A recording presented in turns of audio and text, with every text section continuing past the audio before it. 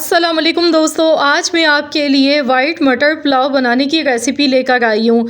आज हम बनाएंगे एक ऐसा सीक्रेट राज के साथ वाइट आलू मटर पुलाव कि बिल्कुल आपको ऐसा फ़ील होगा जैसे आप कोई देग से निकला हुआ बहुत ही लजीज खुशबूदार आलू मटर का पुलाव खा गए हैं। यकीन मानिए कोई पहचान ही नहीं पाएगा कि आपने ये घर पे बना के तैयार किया है। तो चलिए हम रेसिपी देख लेते हैं। इसके लिए सबसे पहले कढ़ाई में 1 कप भर के कुकिंग ऑयल लेना है। अब यहाँ पर मैंने लिए थे 4 दरमियाने साइज़ के आलू। आलू को मैंने इस तरह से छोटे टुकड़ों में काट कर लिया है। अब हमने क्या करना है कि गैस का फ्लेम हाई रखना है और हाई फ्लेम पर आलू को हमने अच्छी तरह से फ्राई करना है। इसके साथ ही 15 से 20 पत्ते कड़ी पत्ता के इसमें शामिल कर देंगे। अगर आपके पास कड़ी पत्ता है तो बहुत अच्छी बात है, लेकिन जिन शहरों में या जिस जगह पर कड़ी पत्ता नहीं मिलता है आसानी से, तो वो लोग इसकी जगह पर पुदीने का इस्तेमाल लास्ट में करेंगे, बिल्कुल एंड में जब हम चावल को दम लगाएंगे। तो यहाँ पर कुछ साबुत गरम मसाले भी इसमें डालने हैं। 4 बड़ी इलायची है, काली मिर्च है तकरीबन आधा चम्मच, 1 दालचीनी का टुकड़ा है 2 इंच के बराबर, 1 चम्मच सफ़ेद ज़ीरा है, लौंग है 8 से 10 अदद, बादियान के फूल थे 4 अदद। इस तरीके से ये साबुत गरम मसाले हमने सारे इसमें शामिल करने हैं। इससे बहुत अच्छी सी खुशबू आएगी, जैसे कि देग के पुलाव में आती है बिल्कुल वैसी ही खुशबू आएगी। अब हमने बस आलू को जब तक इसका कलर चेंज नहीं हो जाता है तब तक अच्छी तरह से फ्राई करना है। ये स्टेप लाजमी करना है आपने। तो यहाँ पर देखिए आलू का जो कलर है वो बड़ा ही खूबसूरत सा आ चुका है। अब इसमें हम डालेंगे मटर। आधा किलो मटर थी मेरे पास, आधा किलो मटर के मैंने दाने निकाल के इसमें शामिल कर दिए हैं। अब मटर को भी कुछ सेकंड्स तक फ्राई करेंगे। इसके साथ ही 1 टेबल स्पून मज़ीद अब आधा चम्मच यानी कि 1.5 टेबल स्पून भर के पिसा हुआ लहसुन अदरक का पेस्ट इसमें शामिल कर देंगे। लहसुन अदरक के पेस्ट के साथ अब हमने मज़ीद कुछ सेकंड्स तक फ्राई करना है इन सारी चीज़ों को। बहुत मज़े की ज़बरदस्त सी खुशबू आ रही है इसकी।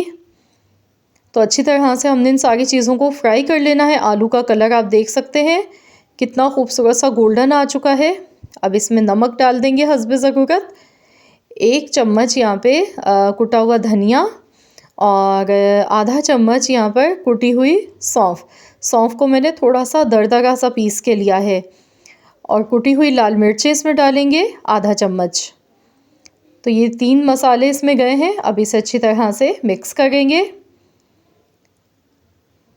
क्योंकि हम पुलाव बना रहे हैं तो पुलाव में इससे बहुत अच्छी खुशबू आएगी। सौंफ और कुटा हुआ धनिया ये दोनों चीज़ें आपने डालनी है। तो बिल्कुल पीस के पाउडर बना के मत डालिएगा, जिस तरह मैंने आपको बताया इसी तरह से आपने डालनी है दोनों चीज़ें। कुटी हुई लाल मिर्चें बिल्कुल ऑप्शनल हैं, आप चाहें तो स्किप भी कर सकते हैं, इसके बगैर भी बना सकते हैं। अब यहाँ मैंने लिए 4 टमाटर लिए हैं गोल गोल स्लाइस में कटे हुए। तो यहाँ टमाटर डालने के बाद अब बहुत ज़्यादा हमने ओवर कुकिंग नहीं करनी है, वरना क्या होगा कि टमाटर जो हैं वो बिल्कुल एकदम सॉफ्ट हो जाएंगे। तो हमें जिस तरह देग का पुलाव होता है उसी तरह की शक्ल इसकी चाहिए। तो इसीलिए हमने टमाटर को बहुत ज़्यादा नहीं पकाना है। बस टमाटर डालने के बाद यहाँ पर इसमें मैंने पानी डाल दिया है। अब इसमें हम डालेंगे फ्लेवर के लिए चिकन पाउडर। तो यहाँ पर देखिए चिकन पाउडर है मेरे पास। अगर आपके पास चिकन पाउडर नहीं है तो इसकी जगह पर आप यहाँ पर क्यूब्स का भी इस्तेमाल कर सकते हैं। जो चिकन स्टॉक होता है वो भी डाल सकते हैं, या फिर चिकन पाउडर डाल दें 1 चम्मच भर के।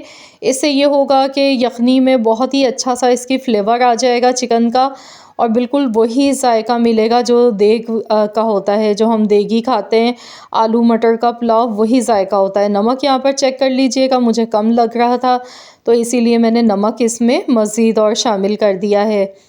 मिक्स कर लेंगे अच्छी तरह से। और यहाँ पे फ्लेवर के लिए मज़ीद इसकी खुशबू को 4 चांद लगाने के लिए देग वाले क्या डालते हैं, अब हम वो चीज़ डालेंगे। तो ये है मेरे पास पुलाव एसेंस। पुलाव एसेंस इसमें हमने डालना है 1 चम्मच। इससे बिल्कुल ऐसी खुशबू आएगी जैसे देग की खुशबू आती है। बिल्कुल ऐसे लगेगा जैसे आपने देग से निकला हुआ पुलाव खा लिया हो, इतनी ज़बरदस्त चावल में खुशबू आ जाती है। अब यहाँ चावल मैंने लिए थे बासमती चावल है मेरे पास, तकरीबन 3 पाव चावल हैं ये, यानी कि 750 ग्राम बासमती चावल मैंने लिए थे। आधे घंटे पहले मैंने चावल को भिगो कर रख दिया था। तो इसमें चावल अब डाल दिए हैं मैंने, और चावल और पानी के पैमाने का मैं पहले भी आपको बता चुकी हूँ कि पानी जो है वो चावल से 1 इंच के बराबर ऊपर होना चाहिए, तो वो बिल्कुल परफेक्ट रहता है। अब इसमें साबुत हरी मिर्चें डालेंगे खूब सारी, 10 से 12 मिर्चें मैंने इसमें डाली हैं। मिक्स करेंगे। अभी चावल में काफ़ी ज़्यादा कसर बाकी है, तो अगर आप चाहते हैं कि पुलाव बहुत ही जूसी बने तो बस इस पॉइंट पर हमने इसे दम लगा देना है। तो चलिए इसे कवर कर देते हैं। मैंने शुरू में इसमें तली हुई प्याज नहीं डाली, प्याज मैंने मकसद नहीं डाली शुरू में। तो आप चाहें तो शुरू में प्याज का इस्तेमाल कर सकते हैं, 1 प्याज ले सकते हैं, लेकिन मैं लास्ट में तली हुई प्याज ऊपर से गार्निश करूँगी। तो यहाँ पर चलिए देख लेते हैं, 15 मिनट हो गए थे दम पर लगाए हुए। 15 मिनट के बाद अब मैं आपको दिखा रही हूँ। माशाल्लाह ये देखें, जैसे ही ढक्कन खुला है ना, खुशबू की तो बस आप पूछें मत, इतनी ज़बरदस्त इसकी खुशबू आ गई है कि पूरा किचन महक रहा है इसकी खुशबू से। माशाल्लाह अल्हम्दुलिल्लाह, देखें कितना खिला हुआ और कितना जूसी मज़ेदार सा वाइट मटर पुलाव बनके तैयार हुआ है। सर्दियों की तो ख़ास स्पेशल रेसिपी है ये। सर्दियों में अगर इस तरह का मटर पुलाव खाने को मिल जाए तो बस क्या ही बात है। आप इसे सलाद, रायता, चटनी के साथ खाएं, बहुत ही मज़े का लगता है। इसके साथ टमाटर और पुदीने की चटनी बहुत ही मज़ेदार लगती है। तो यहाँ पर देखिए मैं आपको दिखा गई हूँ, ये देखें कितने जूसी ये चावल बने। लुक चेक कीजिए, देखिए टमाटर भी बिल्कुल साबुत इसमें नज़र आ रहा है, जैसे देग वालों का नज़र आता है। तो यहाँ पर अब इसे हमने डिश आउट कर लिया है। ये देखें, डिश आउट करने के बाद इसमें मैंने ऊपर से थोड़ी तली हुई प्याज गार्निश की है, साथ में चटनी है हमारे पास, टमाटर और पुदीने की चटनी है बड़ी ही मज़ेदार सी। तो इसके साथ हम इसे खाएंगे। आप चाहें तो रायता इसके साथ बना लें, सलाद बना लें, जो दिल चाहे, या फिर अगर नहीं भी कुछ बनाते हैं ऐसे भी खाएंगे तो भी यकीन मानिए आप खाते रह जाएंगे, पेट आपका भर जाएगा, लेकिन नीयत नहीं भर पाएगी, क्योंकि ये वाकई में बड़ा ही मज़ेदार खुशबूदार बनके पुलाव तैयार हुआ है। मुझे पूरी उम्मीद है कि इंशाअल्लाह ताला आज की मेरी ये रेसिपी आप सबको ज़रूर पसंद आई होगी। अगर रेसिपी अच्छी लगी है तो मेरी आपसे एक छोटी सी रिक्वेस्ट है कि प्लीज़ इस वीडियो को लाइक भी करें, शेयर भी करें, और अगर आप मेरे चैनल पर नए हैं, आपने अब तक मेरे चैनल को सब्सक्राइब नहीं किया है, तो चैनल को भी ज़रूर सब्सक्राइब कर लीजिएगा, और साथ ही में दिए गए बेल आइकन को भी प्रेस कर दीजिएगा, ताकि आपको मेरी हर नई आने वाली वीडियो का नोटिफिकेशन सबसे पहले फ्री में देखने को मिल सके। मिलते हैं इंशाअल्लाह ताला एक और वीडियो के साथ, तो जब तक के लिए अल्लाह हाफ़िज़।